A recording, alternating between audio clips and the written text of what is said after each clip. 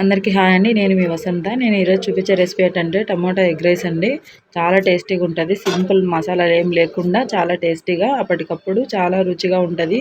అందుకు ఒక ప్యాన్ పెట్టేసి అందులో ఒక 4 టేబుల్ స్పూన్ల నూనె వేసి అందులోకి ఎగ్లన్నీ స్మాష్ చేసుకోవాలండి. పగలు కొట్టేసుకొని అందులోనే ఫ్రై చేసుకోవాలి. ఎగ్స్ అన్ని ముందుగా ఫ్రై చేసి పక్కన పెట్టుకుంటే ఎగ్ అనేది చాలా టేస్ట్ ఉంటుంది. ఇలా ఆయిల్లోకి ఎగ్స్ అన్నీ పగలగొట్టేసుకొని ఫ్రై చేసుకున్నామంటే ఇక్కడ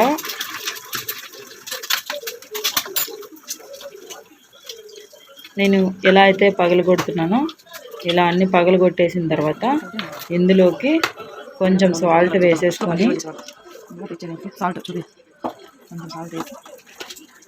ఒక నిమిషం పాటు మూత పెట్టేసుకొని ఆ తర్వాత మనం అనేది దీన్ని తిప్పుకోవాలండి.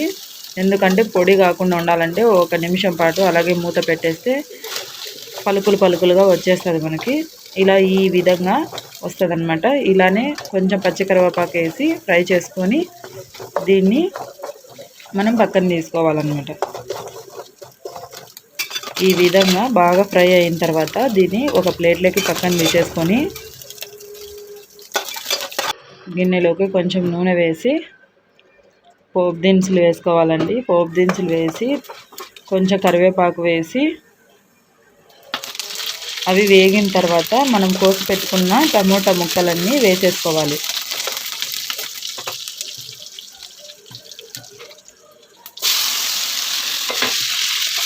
టమోటా ముక్కలు వేసుకున్న తర్వాత మనం అందులోకి కొంచెం సాల్టు, చిటికెడు పసుపు వేసుకొని మళ్ళీ తిప్పేసుకోవాలి. పక్కన అప్పటికప్పుడు వెల్లుల్లి పేస్టు, అల్లం పేస్టు అప్పటికప్పుడు దంచి వేసుకోండి. స్టోర్ చేసినది వేస్తే స్మెల్ వస్తుంది. నేను ఒక టేబుల్ స్పూన్ అంత కారం వేసి దీన్ని ఇలా ఫ్రై చేస్తున్నాను. ఇలా ఫ్రై చేసిన తర్వాత ఇందులోకి మనం లెమన్ జ్యూస్ని కొంచెం ఒక నిమ్మకాయ అంత జ్యూసు పిండేసుకోండి. రైస్ అనేది పుల్లగా వస్తుంది అన్నమాట.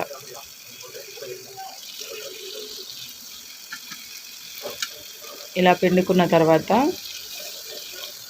ఒక నిమిషం పాటు మూత పెట్టేసామంటే ఆయిల్ అంతా పైకి వచ్చేస్తుంది. ఆ తర్వాత పక్కన ఫ్రై చేసి పెట్టుకున్న గుడ్డుని మనం అందులోకి వేసి కలుపుకోవాలి. ఎక్కువ తిప్పకుండా ఊరికే పైకి అలా తిప్పుకోవాలి. ఇప్పుడు అన్నం అయితే అందులోకి వేసుకోవాలండి. ఒకవేళ సద్దన్నం అట్లా పొద్దున్న అన్నం కానివ్వండి, రాత్రి అన్నం అయితే పెనం మీదనే పెట్టేసుకొని కలిపేసుకోవాలి. ఎందుకంటే అన్నం వేడి కావాలి కాబట్టి నేను వేడి అన్నమే కాబట్టి పక్కన దించేసుకొని మిక్స్ చేస్తున్నాను. ఇలా ఎగ్ రైస్ అనేది ఈ విధంగా చేసేసుకోవచ్చు. ఇలా చూడండి, మొత్తం అంతా ఇలా చక్కగా మిక్స్ చేసుకోవాలండి. స్టీల్ గంటితో మిక్స్ చేయొద్దండి, ఎందుకంటే వేడన్నం కాబట్టి అన్నం అంతా కట్ అయ్యి ముక్కలు అయిపోతుంది. ఇలా చెక్క దాంతో మిక్స్ చేసామంటే అన్నం అనేది ముక్కలు అవ్వదు. ఈ విధంగా టమోటా ఎగ్ రైస్ అనేది చాలా టేస్టీగా ఉంటుందండి. పుల్లగా అండ్ ఎగ్ కూడా ఉంటుంది కాబట్టి చాలా టేస్టీగా ఉంటుంది. క్యారియర్కి కానివ్వండి, చిన్నపిల్లలకు కానివ్వండి చాలా ఇష్టంగా తింటారండి. థ్యాంక్ యూ ఫర్ వాచింగ్ అండి. ఇలాంటి ఇంకా ఏమైనా చిన్న రెసిపీస్, సింపుల్ రెసిపీస్ కోసం మీరు ముందుగా మా ఛానల్ని సబ్స్క్రైబ్ చేసుకోండి.